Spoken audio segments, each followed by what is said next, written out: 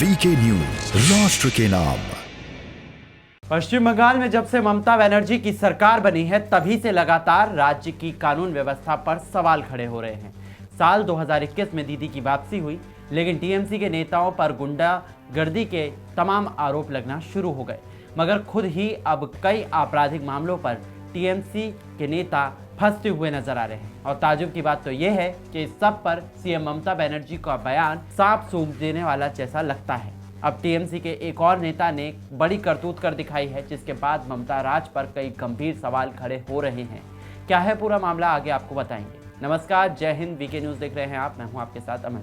पश्चिम बंगाल में लगातार बढ़ रहा क्राइम रेट राज्य के साथ पूरे देश के लिए चिंता का विषय बन चुका है। दीदी के शासन में राज्य की जनता ने जो विकास के सपने देखे थे वो चकनाचूर हो गए हैं।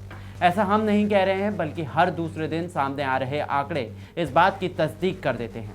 अब एक बार फिर से टीएमसी के ही नेता पर संगीन आरोप लगे हैं। दरअसल ये पूरा मामला पश्चिम बंगाल के एक बड़े शहर का है, जहां पर पुलिस ने सत्ताधारी टीएमसी के पंचायत सदस्य को गिरफ्तार कर लिया है। आरोप है कि इस नेता ने एक दिव्यांग महिला के साथ दरिंदगी की सारी हदें पार कर दी और रेप की कोशिश की, जिसके बाद पुलिस ने आरोपी को गिरफ्तार कर लिया है। बता दें कि राज्य के हंसकली में नाबालिग और काकद्वीप में नाबालिग महिला के साथ रेप की घटना के बाद ये केस जो है वो सामने आया है। कलकत्ता हाई कोर्ट में गए आदेश के बाद सीबीआई हंसकली रेप केस की फिलहाल जांच पड़ताल में जुटी हुई है। दिव्यांग पीड़िता के साथ रेप की कोशिश मिदनापुर जिले की है, जहां के पिंगला थाना क्षेत्र से ये पूरा मामला निकलकर सामने आया है। कथित तौर पर कहा जा रहा है कि टीएमसी नेता ने उसे अगवा कर प्रताड़ित किया और फिर उसके बाद उसके साथ बलात्कार की कोशिश की। गिरफ्तार टीएमसी नेता की पहचान अभिजीत मंडल के तौर पर हुई है और वहीं आरोपी को 3 दिन की पुलिस कस्टडी में भेजा गया है। आपको बता दें कि पूरी घटना 11 अप्रैल 2022 की बताई जा रही है, जहां सहायक लोक अभियोजन अधिकारी सैयद नाजिम हबीब ने इस घटना की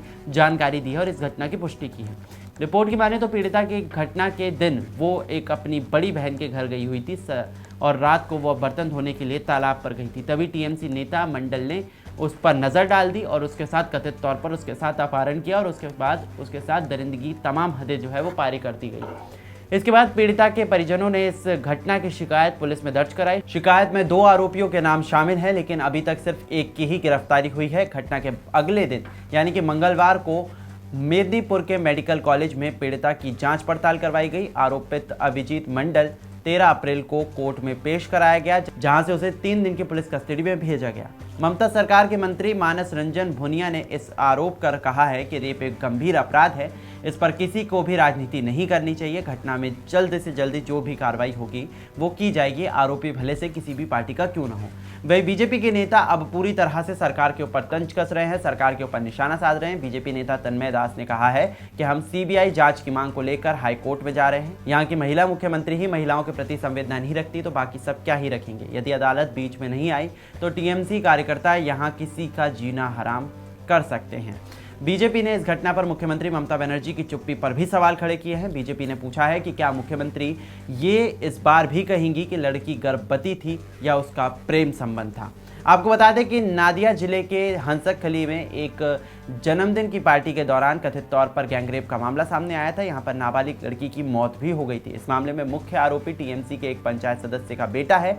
इस घटना के सामने आने के बाद मुख्यमंत्री ममता बनर्जी ने गैंगरेप के दावे पर ही सवाल खड़े कर दिए थे और उन्होंने कहा था कि आपको कैसे पता है कि आखिरकार उस महिला के साथ रेप हुआ है या वो प्रेग्नेंट थी या उसका लव अफेयर था। जिसके बाद से ही निर्भया कांड की वकील सीमा कुशवाहा ने भी ममता बनर्जी के ऊपर सवाल खड़े कर दिए थे। लेकिन जब से ममता राज आया है यानी कि 2 मई 2021 से, तभी से लगातार इस तरीके की घटनाएं जो हैं वो सामने आ रही हैं। चाहे फिर वो वीरभूमि की हिंसा की बात की जाए या फिर चुनाव के बाद जो हिंसा हुई थी उसकी बात की जाए, क्योंकि चुनाव के बाद जब हिंसा की गई थी तब भी कथित तौर पर ऐसे ही कई गैंगरेप के और रेप के मामले जो हैं वो महिलाओं के साथ सामने आ गए थे। इसके बाद से कहीं ना कहीं महिला शासक के ऊपर भी सवाल खड़े हो रहे हैं, क्योंकि महिला शासक है तो कहीं ना कहीं महिलाओं के प्रति संवेदना जो है वो एक्सपेक्ट की जाती है। लेकिन दीदी ने उन तमाम वादों, उन तमाम दावों को कहीं ना कहीं खोखला किया है। इस तरीके के आरोप जो है वो बीजेपी उनके ऊपर लगा रही है। आप बीजेपी के आरोप के बारे में क्या कहते हैं? आपको ऐसा लगता है कि ममता राज के अंदर जंगल राज चल रहा है या फिर कानून व्यवस्था